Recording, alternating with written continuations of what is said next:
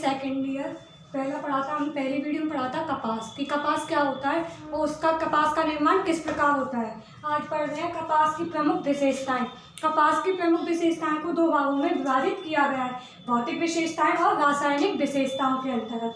भौतिक विशेषताओं के अंतर्गत संगठन, कपास की लंबाई व व्यास, अनुवीक्षणीय संरचना, रगड़ एवं रंग एवं चमक, प्रत्यय स्थिरता और उसकी मजबूती, ये तो भौतिक विशेषताओं के अंतर्गत। रासायनिक विशेषताओं के अंतर्गत ताप संवाहकता, प्रकाश का प्रभाव, रगड़ का प्रभाव, धुलाई, सिकुड़न, फफूंद का प्रभाव, विद्युत संवाहकता व अवशोषकता, ये पढ़ेंगे रासायनिक विशेषताओं के अंतर्गत। पहला आता है हमारा भौतिक विशेषताओं। भौतिक विशेषताओं के अंतर्गत हमारा पहला है इसका संगठन। कपास का रेशा सेल्यूलोज का बना, कपास का जो रेशा होता है वह सेल्यूलोज का बना होता है। सेल्यूलोज का फॉर्मूला C6H10 और O5 व N होता है, यानी कपास के एक अणु में 6 अणु कार्बन के, 10 अणु हाइड्रोजन के तथा 5 अणु ऑक्सीजन के होते हैं। कपास में 40 से 90% तक सेल्यूलोज व 5 से 8% तक जल होता है, यानी कि 40 से 90% तक तो कपास में सेल्यूलोज और 5 से 8% तक उसमें जल होता है। कुछ प्राकृतिक अशुद्धियाँ भी कपास में विद्यमान होती है। विरंजित कपास सबसे शुद्ध होता है। कपास के रेशे पर मोम की एक संरचनात्मक तह होती है जो रेशों को कच्ची अवस्था में गलने से जो रेशे होते हैं उन्हें कच्ची अवस्था में गलने से बचाती है, साथ ही रेशों को आपस में सटने की सहायता प्रदान भी करती है। इसके बाद आता है हमारा रेशे की लंबाई, यानी कपास की लंबाई व उसका व्यास। कपास के रेशे की लंबाई 1/2 इंच से 2.5 इंच तक होती है। यह जो सभी प्राकृतिक रेशों होते हैं उनसे छोटा होता है। फलतः इनके रेशे से निर्मित वस्त्र की सतह खुरदरे होते हैं। चमक का भी अभाव होता है। कपास के लंबे रेशे से उच्च कोटि के मुलायम एवं चमकदार वस्त्रों का निर्माण किया जाता है। कपास के रेशे का व्यास 16 से 20 माइक्रोन होता है। 1 माइक्रोन बराबर 1/1000 मिलीलीटर। इस प्रकार समुद्री और आइसलैंड है उसमें पाए जाने वाले कपास का रेशा अधिक लंबा व सूक्ष्म होता है। मिस्र में भी लंबे कपास के रेशे होते हैं। लंबे व सूक्ष्म रेशे से चमकदार व उत्कृष्ट कोटि के वस्त्र बनाए जाते हैं। तीसरा आता है भौतिक विशेषताओं के अंतर्गत अनुवीक्षणीय संरचना। अनुवीक्षणीय यंत्र से देखने पर कपास की अनुप्रस्थ काट अलग अलग दिखाई देती है। कच्ची जो कपास होती है वह एक नली के समान दिखाई देती है। इस नली में शैप नामक तरल पदार्थ भरा होता है।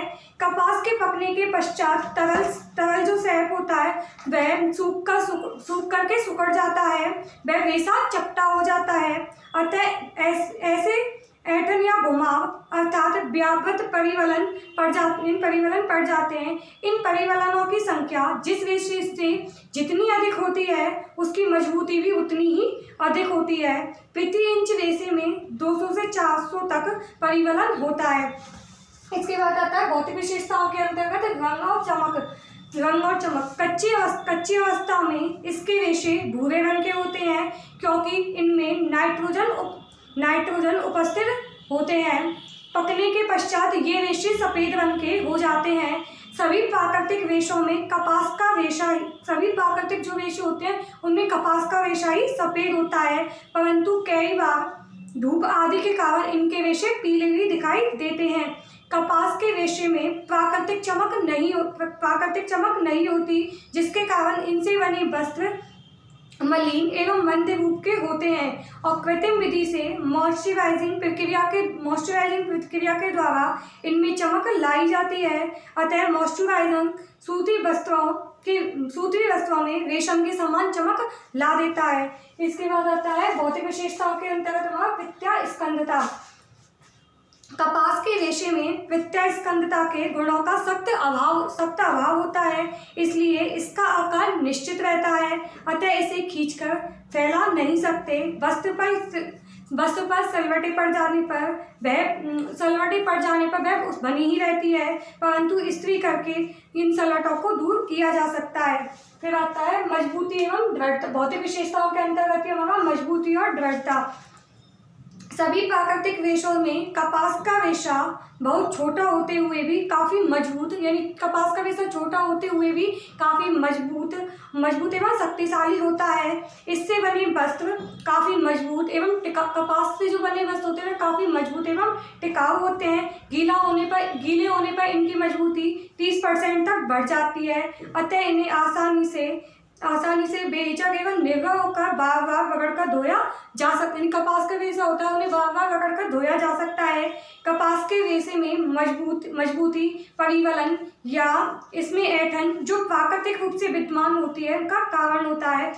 टोरा ने अपनी इसमें ऐंठन जो प्राकृतिक रूप से विद्यमान है, कपास का जो कपड़ा रेशा होता है उसको रगड़कर धोया भी जा सकता है, जिससे वह खराब भी नहीं होता। ये था भौतिक विशेषताओं के अंतर्गत। अब आता है रासायनिक विशेषताओं के अंतर्गत। पहला ताप संवाहकता। सूती वस्त्र ताप के अच्छे संवाहक होते हैं। सूती वस्त्र होते हैं जो ताप के अच्छे संवाहक होते हैं, जिससे गर्मी के मौसम में पहनने पर गर्मी नहीं लगती, बल्कि शीतकाल का अनुभव होता है। सूती वस्त्रों को भी कृत्रिम विधि द्वारा रोए उठा करके गर्म वस्त्र बनाने की चेष्टा की जाती है। फलालेन का वस्त्र भी इसी चेष्टा का परिणाम है।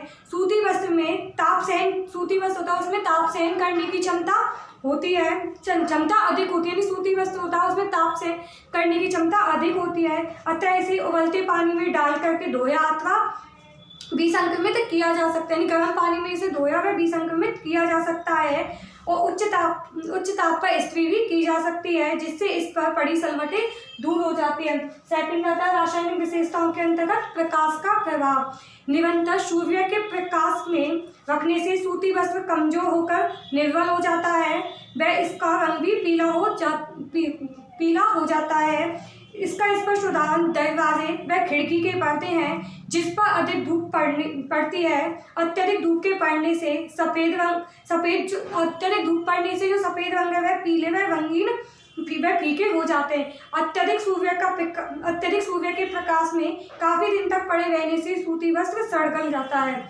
फिर आता है रासायनिक विशेषताओं के अंतर्गत हमारा रगड़ का प्रभाव। सूती वस्त्र काफ़ी मजबूत एवं शक्तिशाली होता है, अतः इन्हें निर्विघ्न होकर रगड़ कर धोया जा सकता है। गीले होने पर इसकी मजबूती और भी अधिक बढ़ जाती है, अतः इन्हें पीट कर भी धोया जा सकता है, परंतु पीटने से इसके तंतु कमजोर हो जाते हैं व शीघ्रता से फट जाते हैं। इसी के बाद आता है हमारा धुलाई। रासायनिक विशेषताओं के अंतर्गत सूती जो वस्त्र होता है शीघ्रता से गंदे होते हैं, क्योंकि इनकी सतह खुरदरी होती है। इनमें आसानी से धूल कण फंसते चले जाते हैं। कपास के रेशे छोटे होते हैं, फलतः वस्त्र की सतह खुरदरी होती है। वस्त्र की धुलाई करना सरल हो जाता है। वस्त्र को रगड़ कर साफ किया जा सकता है। इनकी धुलाई किसी भी प्रकार के साबुन अथवा सोडे से की जा सकती है। अत्यधिक मैल जम जाने की स्थिति में इन्हें खोलते हुए पानी में साबुन डालकर या सोडा डालकर उबाला जा सकता है तथा इन्हें विसंक्रमित व आसान बनाया जा सकता है। इसके रासायनिक विशेषताओं के अंतर्गत हमारा अगला पॉइंट आता है सिकुड़न।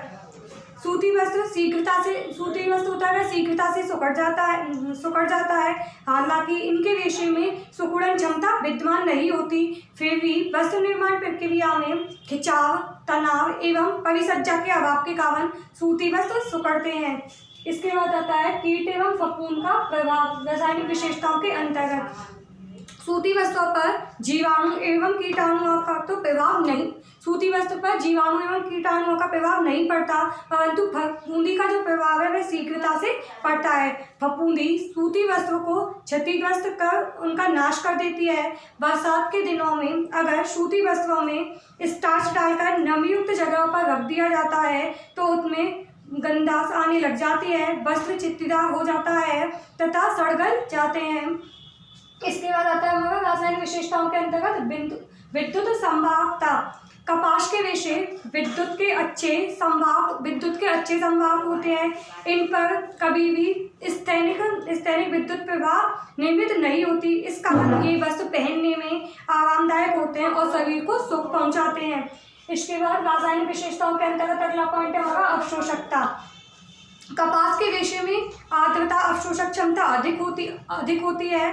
साथ ही सूती वस्त्रों पर नमी भी शीघ्रता से फैल जाती है। इसलिए ये वस्त्र गर्मी के मौसम के लिए सर्वदा अनुकूल एवं आरामदायक होते हैं। शरीर से निकलते पसीना का ये शीघ्रता से सोखकर उन्हें फैला देते हैं, जिससे त्वचा को शीतलता मिलती है। कपास की आर्द्रता क्षमता 7 से 8% तक होती है। सूती वस्त्र लिनन वस्त्र की अपेक्षा देरी से सूखते हैं। लिनन वस्त्र की अपेक्षा सूती वस्त्र अधिक देरी से सूखते हैं। कपास की विशेषताओं को दो भागों में विभाजित किया, भौतिक विशेषताएं और रासायनिक विशेषताएं।